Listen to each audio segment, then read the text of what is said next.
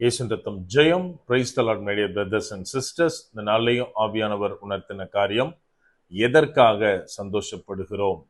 ஆவியானவர் உணர்த்தின வசனம் லூக்கா எழுதின சுவிசேஷம் அதிகாரம் 10 வசனம் 20. ஆகிலும் ஆவிகள் உங்களுக்கு கீழ்ப்படுகிறதற்காக நீங்கள் சந்தோஷப்படாமல் உங்கள் நாமங்கள் பரலோகத்தில் எழுதியிருக்கிறதற்காக சந்தோஷப்படுங்கள் என்றார். Notwithstanding in this rejoice not that the spirits are subjects unto you, but rather rejoice because your names are written in heaven. Luke chapter 10 verse 20.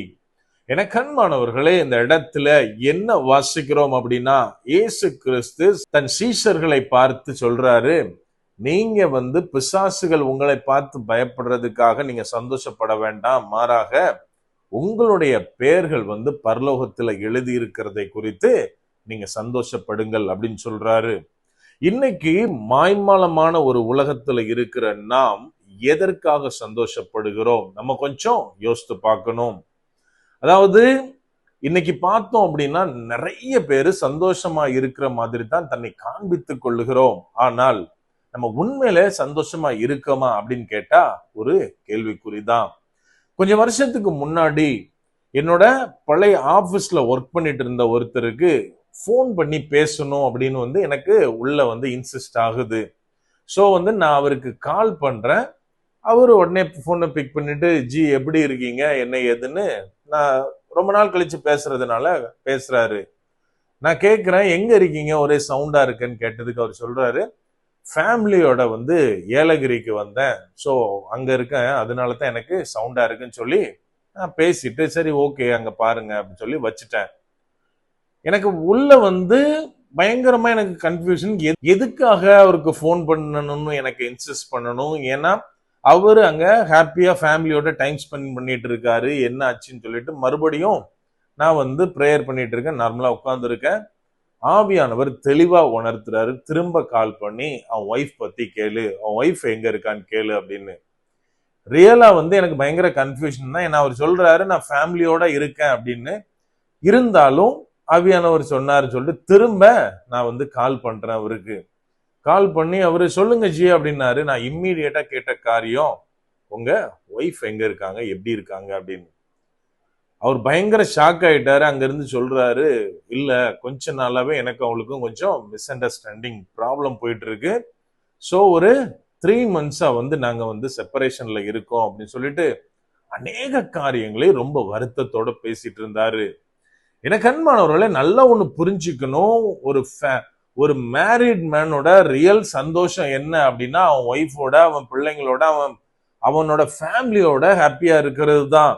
ஆனால் இங்க என்ன நடக்குதுன்னா, செப்பரேஷன்ல இருக்கிறாரு, இருந்தாலும் தன்னை சந்தோஷப்படுத்துகிற மாதிரி, நான் சந்தோஷமா இருக்கேன்னு மற்றவங்களுக்கு காமிக்கிற மாதிரி சில காரியங்களை அவரு மாத்திரம் இல்லை, இன்னைக்கு அநேகருடைய வாழ்க்கையில நம்ம பார்க்க முடியும். அப்படியானால் கொஞ்சம் யோசித்து பார்க்கணும், நம்ம ரியலா சந்தோஷமா இருக்கிறோமா? இந்த இடத்துல இயேசு கிறிஸ்து அந்த அதிகாரத்தினுடைய ஸ்டார்டிங்ல இருந்து நம்ம வாசித்துட்டு வந்தா தெரியும், ஒரு 70 பேரை தெரிந்தெடுத்து அவங்களுக்கு ஊழியம் எப்படி பண்ணணும், எங்க பண்ணணும்னு சொல்லி இன்ஸ்ட்ரக்ஷன் எல்லாம் கொடுத்து அவர்களுக்கு அதிகாரங்களை கொடுக்கிறார். அவங்களுக்கு நிறைய கிருபை வரங்களை கொடுத்து அவங்கள ஊழியத்துக்கு அனுப்புறாரு. இப்போ அவங்க ஊழியத்தை முடிச்சிட்டு இயேசு கிறிஸ்துட்ட சந்தோஷமா சொல்றாங்க, எங்க ஊழியத்துல நாங்க என்ன பண்ணோம்னா, உங்களுடைய நாமத்தினால பிசாசுகளை துரத்தணும், அதெல்லாம் எங்களுக்கு பயந்தது அப்படின்னு ரிப்போர்ட் கொடுக்கறாங்க.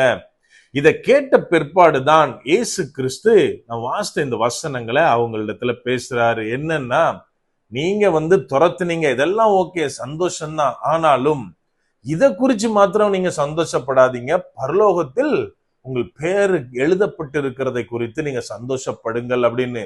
அப்படியானால் நீங்க பார்க்கிறது, நீங்க செஞ்சதெல்லாம் ஒரு பெரிய சந்தோஷம் கிடையாது. எது பெரிய சந்தோஷம் அப்படின்னா, நித்தியத்துல நீங்க இடம் பெறுகிறதற்குரிய உங்க பேர் அங்க எழுதப்பட்டிருக்கணும், அதுதான் சந்தோஷம் அப்படின்னு. எனக்கு அன்பானவர்களே, இன்னைக்கு உலகம் அநேக நேரத்துல சந்தோஷமா இருப்பதை போல நடித்து கொண்டிருக்கிறது. எது உண்மையான சந்தோஷம், எது நிரந்தரம் கிடையாதுன்னு தெரியாம இன்னைக்கு அநேகர் குழம்பி கொண்டு இருக்கிறார்கள். கிறிஸ்தவத்திலையும் அநேக நேரத்துல நாம இப்படித்தான் மாறிட்டோம். அதாவது ஒரு வேலையா இருக்கட்டும், அந்த வேலையில நான் ஆசீர்வதிக்கப்பட்டு இருக்கிறேன், கை நிறைய சம்பாதிக்கிறேன், அது நல்லதுதான். ஒரு பிசினஸ் பண்றேன், எனக்கு கீழே இத்தனாயிரம் பேர் வேலை பார்க்கறாங்க, இன்னும் என்னுடைய மதிப்பு இவ்வளவு பெருசா மாறிடுச்சுன்னு சொல்றது ரொம்ப ரொம்ப சந்தோஷமான விஷயம்தான். இன்னும் ஊழியத்தை எடுத்துக்கிட்டா, நான் அநேகம் பேரால பயன்படுத்தப்படுறேன், நிறைய சர்ச்ல தேவன் என்னை பயன்படுத்துகிறார், அநேகர் மனம் திரும்புகிறார்கள், நிறைய சாட்சிகளை என் மூலமாக தேவன் கேட்க பண்ணுகிறார், என் மூலமா அற்புதம் நடக்குது, அடையாளம் நடக்குது, என்னை கொண்டு பல சபைகளை கட்டி இருக்கிறார், சபைக்கு அத்தனாயிரம் விசுவாசிகள் வர்றாங்க, அநேகர் ஆத்மாவை தேவனுக்கு ஒப்பு கொடுத்திருக்காங்க. இது எல்லாமே நல்லதுதான். ஆனால் நம்முடைய பர்சனலா தேவனுக்கும் நமக்கும் இருக்கிற உறவு எப்படி இருக்கிறது? நமது பெயர் ஜீவ புஸ்தகத்தில் இடம் பெற்று இருக்கிறதா? நம்ம கொஞ்சம் யோசிக்கணும். எனக்கு அன்பானவர்களே, வசனம் நமக்கு தெளிவாக ஒரு காரியத்தை சொல்லுது. ஒரு மனுஷன் உலகம் ஃபுல்லா ஆதாயப்படுத்தி இருந்தாலும் சரி, தன்னுடைய ஆத்மாவை இழந்து போனால் அவனுக்கு பிரயோஜனம் கிடையாது அப்படின்னு சொல்லுது. அப்படியானா இன்னைக்கு நீங்களும் நானும் நம்முடைய தனிப்பட்ட வாழ்க்கையிலையும் சரி, நம்முடைய அபிஷியல் லைஃப்லயும் சரி, ஸ்பிரிச்சுவல் லைஃப்லயும் சரி, மினிஸ்ட்ரி லைஃப்லயும் சரி, எந்த மாதிரியாக இருந்தாலும் நாம வெளியரங்கமாக பல பெரிய காரியங்களை செய்வதை போல காண்பிக்கலாம், அநேக அற்புதம் அடையாளம் நம் மூலமாக நடக்கலாம். இதை குறித்து நம்ம இன்னைக்கு சந்தோஷப்பட்டுட்டு இருக்கலாம், இதுல எந்த தவறும் கிடையாது. ஆனால் என்னுடைய பெயர் ஜீவ புஸ்தகத்தில் இருக்கிறதா? பரலோகத்துல நான் ஏற்றுக்கொள்ளப்படுவேனா? ஒருவேளை கர்த்தருடைய வருகை இன்னைக்கு இருக்கும் அப்படின்னா நான் தேவனாலே எடுத்துக்கொள்ளப்படுவேனா? அவரோட கூட அந்த வான் வீட்டில் பிரவேசிப்பனா? இதில் நமக்கு நிச்சயம் இருக்கிறதா? எப்போ இந்த காரியத்துல நமக்கு நிச்சயம் இருக்கிறதோ, நான் இங்க இருக்கும் போதுல தேவனுக்காக வாழுகிறேன், நான் ஒருவேளை இறந்து போனா தேவனோடு வாழ்வேன் அப்படின்னு எப்போ நமக்கு நிச்சயம் இருக்கிறதோ, அப்போதுதான் நம்ம உண்மையாகவே சந்தோஷமா இருக்கிறோம். அப்படியே கண்களை மூடுவோமா? அன்பான ஆண்டவரே, இந்த நேரத்திலே அப்பா உம்மை நோக்கி பார்க்கிறோம். ஆவியானவர், நீர் எங்களோட இருக்கிறீர், அதற்காக நன்றி செலுத்துகிறோம். அப்பா, இன்னைக்கு அநேக காரியங்கள்னால எங்களை நீங்க ஆசீர்வதிச்சிருக்கீங்க தகப்பனே. ஒரு கம்ஃபர்டான லைஃப் எங்களுக்கு கொடுத்திருக்கீங்க அப்பா. இது எல்லாத்துலயும் நாங்க எங்க உள்ளத்துல இருந்து சந்தோஷமா இருக்கிறோம் தகப்பனே. ஆனாலும் இந்த எல்லா சந்தோஷங்களை பார்க்கிலும் அப்பா, எங்க ஆவிக்குரிய காரியத்துல நாங்க உம்மோடு இருக்கிறதா எங்களுக்கு மேலான சந்தோஷம் தகப்பனே. அப்பா, அப்போஸ்தலனாகிய பவுல் சொன்னதை போல நல்ல போராட்டத்தை நாங்க ஓடி முடிக்கணும், எங்களுக்காக ஜீவ கிரீடம் வைக்கப்பட்டிருக்கிறதுன்ற அந்த நிச்சயம் எங்களுக்கு வேணும் தகப்பனே. அந்த கிருபை எங்களுக்கு தாங்க அப்பா. ஒரு நாள் நாங்க அந்த கிருபையில இருந்து விலகி விடாமல் இருக்க ஆவியானவரே, நீர் எங்களுக்கு உதவி செய்யுங்க.